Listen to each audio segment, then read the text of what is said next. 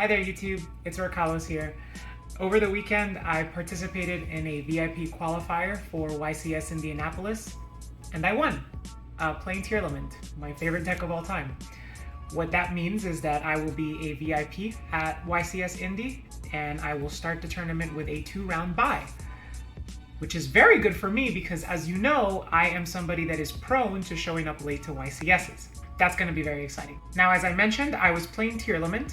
It felt so good to be able to play this deck again.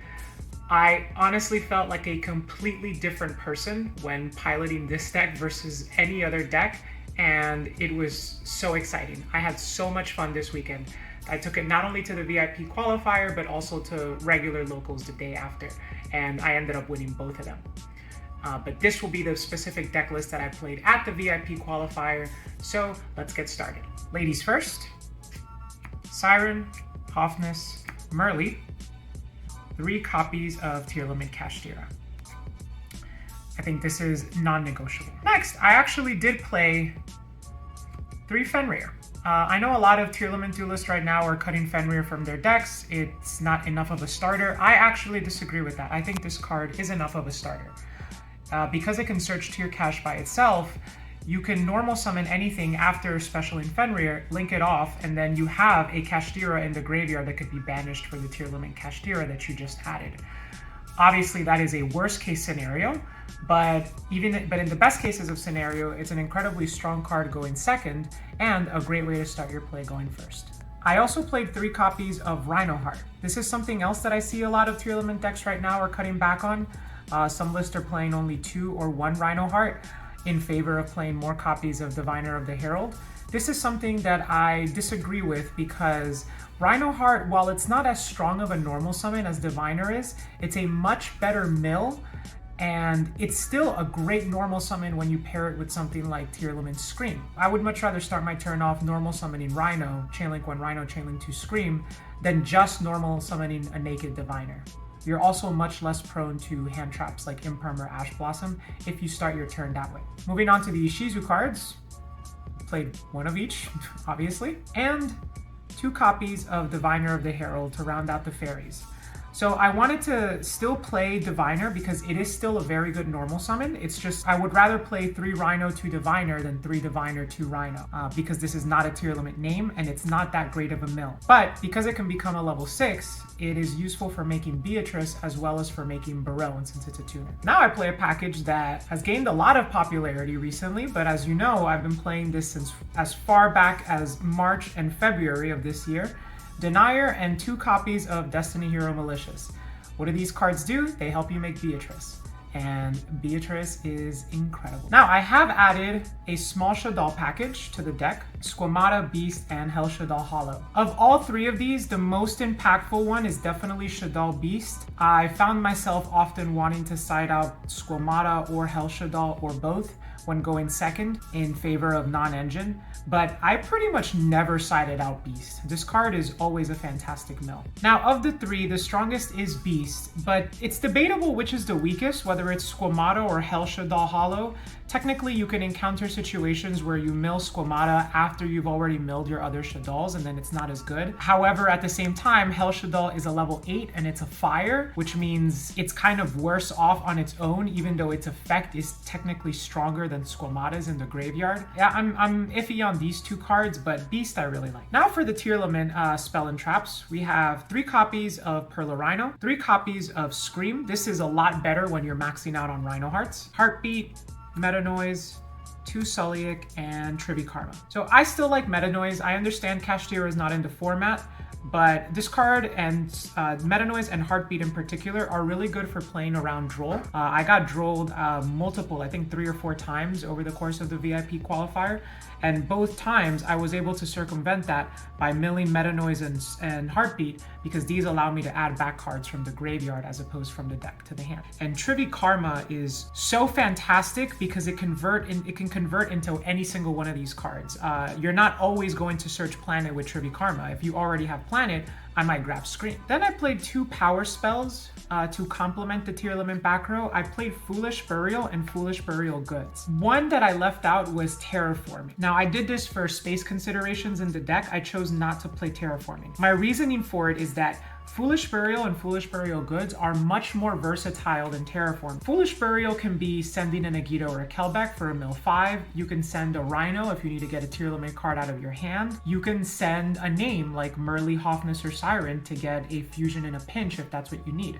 You can even send the Shuffler if you prioritize having the Shuffler in your graveyard for that particular matchup. Foolish Burial Goods is exactly the same way. Because Foolish Burial Goods can send any of the Tearlament back row as well as the Trivi Karma, Foolish Burial Goods converts into any back row in your entire deck, as opposed to Terraforming, which only grabs Planet. And for the last bit of non-engine, I played 3 copies of Talents. I think this was the most generic card that I could slot in. It's also turn neutral, meaning it can be good going first or second. It helps me OTK.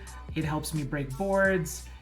I can look at my opponent's hand after getting drolled, etc. And because Arise Heart isn't in the format, I don't have to play Kaijus anymore. Moving on to the extra deck, I played 6 fusions: Mud Dragon, Garura, Winda, Dangerous, Stapelia, and Kaleido Heart. Now you might have noticed something in the main deck. I was not playing King of the Swamp. This means that I cannot make Grapha, I cannot make Rokalos, and because I don't play the associated poly, I also cannot make Guardian Chimera. However, all of these cards are still impactful in and of themselves. Dragostapelia and Kaleido Heart are generally the fusions you want to be making on your opponent's turn, as these are direct interruptions. Winda shares a similar vein. It's not a direct interruption, but it does help floodgate your opponent and just kind of win the game on the spot if your opponent doesn't have an out for it. But Mud Dragon, Garura, and Dangerous are combo pieces. So these are the cards you generally want to be fusing into on your turn 1 to help you establish a board of Link monsters, Exceeds monsters, and Synchro monsters. Speaking of these cards, I played 1 Baronne, 1 Redoer, 1 Beatrice, and Dweller and Zeus. Baronne is excellent because we're playing Diviner. Redoer is a classic.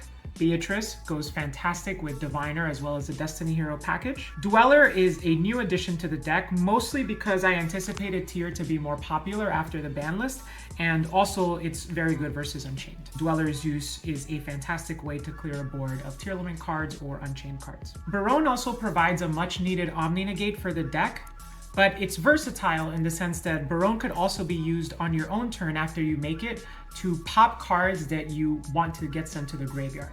So for example, at one point in the tournament, I had a Siren left over on the field that I couldn't do much with. After making Baronne, I used its effect to pop the Siren and then used it to make Garura and go into a link play that way, which is a lot more productive than just linking off a Siren. And speaking of link plays, Cross Sheep, IP, Sprind, and Underworld Goddess. Underworld Goddess was primarily for Pearly. Cross Sheep allows for a lot of really cool plays. I've been saying this again since like February and March. This card is Sprite Elf at home, and using it to Reborn Diviner or sometimes Rhino Heart can come in very handy for making a late turn Beatrice or Baronne. IP and Sprind in particular are really cool. Sprind obviously sends Merly, but oftentimes I'm wanting to end my turn on an IP, which can go into Sprind on my opponent's turn and generate a fusion that way. IP can also be used to go into Underworld Goddess on your opponent's turn should you choose to. And lastly, I'll show off the side deck a little bit. I had Tearlaments Crime and Called by the Grave. These are primarily for when you're going first, though sometimes depending on the matchup, I might side in Crime going second too, if I'm anticipating a lot of Bystials. So for example, I played against Dragon Link during the tournament, and even though I was going second, I still sided in Crime.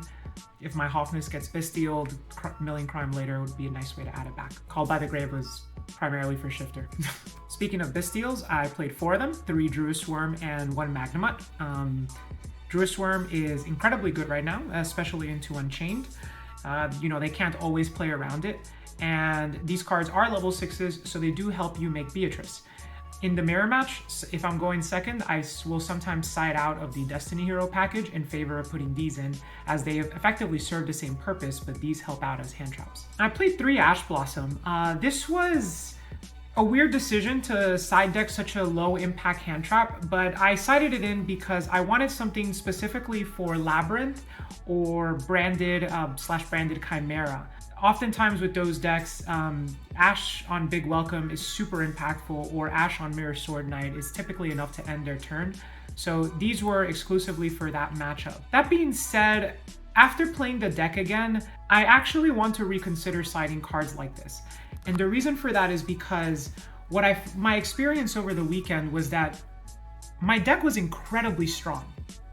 It was consistently the strongest deck in the entire tournament. Once I start milling, I can generate so much advantage that I can usually break any board that my opponent makes. So the only thing that I'm really concerned of when it comes to side decks are outing cards that can stop me from playing the game. And Ash isn't really a side deck card that can stop my opponent from preventing me from playing the game. So I think in the future, I might consider siding cards more impactful, like for example, Dark Ruler no more. Speaking of high impact cards, 3 Super Poly. I think this needs no introduction when your deck is playing Garura and Mud Dragon. 1 Harpy's Feather Duster, 1 Lingaribo. I put this in for maybe Rescue Ace just to have something for Ibly locking. Rescue Ace or Sprite can still Ibly lock. I didn't want to main deck it because the extra deck space is already so tight. I figured against decks like that, hopefully I'll win the coin toss and then I won't get Ibly anyway, and then I'll side deck it going second. But yeah, I never had to use it because I didn't play against Rescue Ace. And my favorite level 2 extender, Volcanic Scattershot. So the last thing I wanted to talk about is 3 cards that I left out from the extra deck, which I actually ended up missing a lot over the weekend, and I put into my deck on Sunday when I brought the deck to regular weekly locals. These cards were Bahamut Shark and Toad and Dark the Dark Charmer. Now, Dark the Dark Charmer is not that crucial. I just kept finding myself in situations where I had a dark play. For example, taking an Unchained Soul of Rage, taking an IP, taking a Malicious off somebody playing hero and then making my own window with it. These things, they kept coming up, but they were fringe enough for me to say that you don't really need to be playing dark right now. But I did miss it, and so I felt the need to point that out. However, Bahamut Shark and Toad are 2 cards that I really, really missed. Making this with Mud Dragon and Rhino Heart is so good, because when you are able to end your turn with IP and Toad, you actually have so many layers of interruption.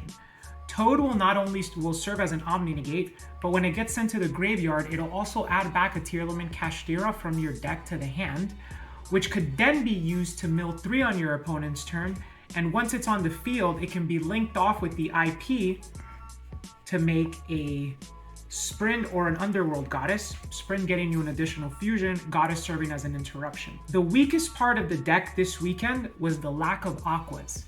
I had a really hard time making Kaleido Heart because I would always have a Rhino Heart in the graveyard, but I would hardly ever have 2 Aquas to use for it. Totally Awesome acts as an Aqua. So, when you do the play I just described of adding back Tier Cash, linking off the Tier Cash, for Sprint, you'll not only have 1 Aqua in the form of Toad, you'll have another Aqua in the form of the Merly you just sent, and then as long as you already have a Rhino somewhere in your graveyard, which you will because you detached it off the Bahamut Shark, this guarantees that you have a way to fusion summon into Kaleido Heart on your opponent's turn. And that is something that I was not able to do as much as I wanted to over the weekend.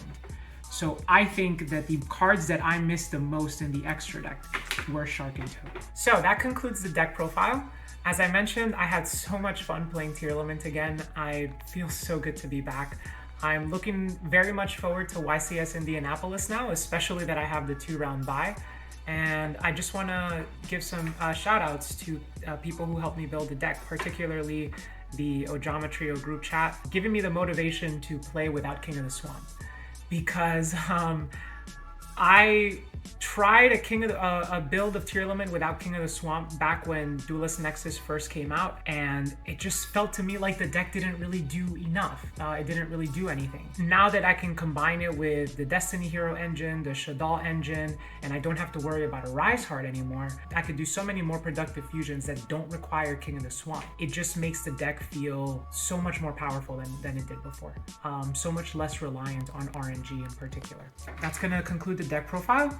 Don't forget to mill that subscribe button, place that notification bell at the bottom of the deck so that you can fuse into more Rourke Hollows content. God, that was embarrassing. Bye-bye, YouTube.